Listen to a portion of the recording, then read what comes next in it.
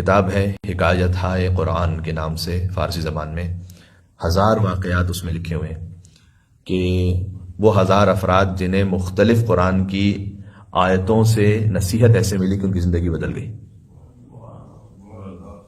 اسعد بن زرارہ ایک شخص ہے کہ جو مدینہ سے آیا ہے مکہ، ابھی حضور مکہ میں ہیں، انہوں نے اعلان نبوت کر دیا ہے اور آیتوں کو پیش کر رہے ہیں، لیکن بہت کم مسلمان ہوئے ابھی۔ اسعد بن زرارہ وہ مدینہ سے مکہ آیا حج کرنے کے لیے۔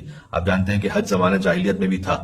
اسلام کے جتنے احکامات ہیں نا، اس کی 3 قسمیں، یا ابداعی ہیں، یا اصلاحی ہیں، یا انکاری ہیں۔ ابداعی کا مطلب ہے کہ انوویشن ہے، پہلے شریعت میں نہیں تھا یہ کسی شریعت میں، اور اسلام نے اسے اس طریقے سے نافذ کیا۔ کچھ احکامات ایسے، مثال طور پر یہ 5 وقت خاص طریقے سے اس طرح نماز پڑھنا، یہ اسلام نے اسے شریعت میں پیش کیا ہے۔ کچھ احکامات اصلاحی ہیں، یعنی ایک حکم پہلے سے تھا، مثلا حج، زمانہ جاہلیت میں بھی حج ہو رہا تھا، لیکن قرآن نے اس کی، یا اسلام نے اس کی اصلاح کی ہے، اسے ٹھیک کیا، مثلا برہنہ طواف نہیں ہوگا۔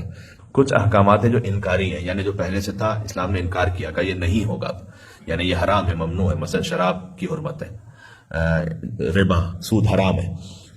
تو حج بھی انہی احکامات میں سے ہے کہ جو پہلے سے حج تو تھا، زمانہ جاہلیت میں بھی لوگ حج کرتے تھے، تو وہ آئے تھے حج کرنے کے لیے مدینہ سے۔ تو مکہ والوں نے اس سے کہا کہ دیکھو ہم تم ایک نصیحت کر رہے ہیں، ابھی تم جا رہے ہو حج کرنے کے لیے، تم طواف کرو گے، وہاں پر ایک شخص ہے کہ جو ایک کلام پڑھتا رہتا ہے اور اس میں سحر ہے، جادو ہے۔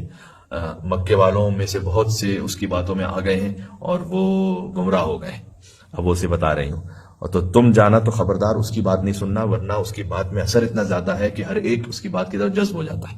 تو بس جب تم طواف کے لیے جاؤ تو کان میں روئی ڈال دو اچھی طرح سے، اور تم اس کی، تاکہ کوئی بات نہ سن سکو۔ تو اس نے کہا کہ بہت شکریہ آپ کا، آپ نے میری یہ رہنمائی فرمائی، اور اس نے کانوں میں روئی ڈال دی اچھی طریقے سے کہ آواز نہ آ سکے، اور وہ کعبے کی گرد چکر لگانے لگا، اور اس نے دیکھا کہ ایک شخص ہے کہ جو کچھ پڑھ رہا ہے لیکن اس کو آواز نہیں آ رہی۔ پہلا چکر پورا ہوا، دوسرا چکر، 7 چکر پورے ہو گئے۔ یہ حضرت عبد المطلب کی سنت تھی کہ انہوں نے 7 چکر رکھے تھے طواف میں، جیسے اسلام نے باقی رکھا۔ تو بہرحال اس نے اپنے دل میں سوچا کہ میں بھی عجیب بیوقوف آدمی ہوں کہ میں مدینہ سے مکہ آیا ہوں، کچھ لوگوں کے کہنے پر کان میں اپنی روئی ڈال کر اس کی بات ہی نہیں سننا چاہتا، سن تو لو کہ شاید کوئی اچھی بات ہو۔ تو اس نے کان سے روئی نکالی، کیونکہ اس زمانے میں جو کمیونیکیشن کا سسٹم تھا وہ تو یہی ہوتا تھا نا کہ جب مدینہ والے مجھ سے پوچھیں گے، میں مکہ سے واپس جاؤں گا، کہ تم نے کیا دیکھا مکہ میں، تو میں کیا کہوں گا کہ ایک شخص تھا کہ جو کچھ کہہ رہا تھا اور میں نے کان میں روئی ڈالی تھی اور میں نے سنا بھی نہیں کہ کیا کہا اس نے۔ تو لوگ کہیں گے اس نے سن تو لیتے کہ کیا کہا تھا۔ تو اس نے اس نیت سے روئی نکالی۔ حضور مکرم اس وقت سورہ انعام کی آیتوں کی تلاوت کر رہے تھے، آیت نمبر 150 اور 151، 10 کمانڈمنٹس، جو کہ توریت اور انجیل میں بھی جس کا ذکر ہے، جس میں ہے کہ شرک نہ کرو، والدین کا احترام کرو، اپنی اولاد کو قتل نہ کرو، عدالت کے ساتھ پیش آؤ۔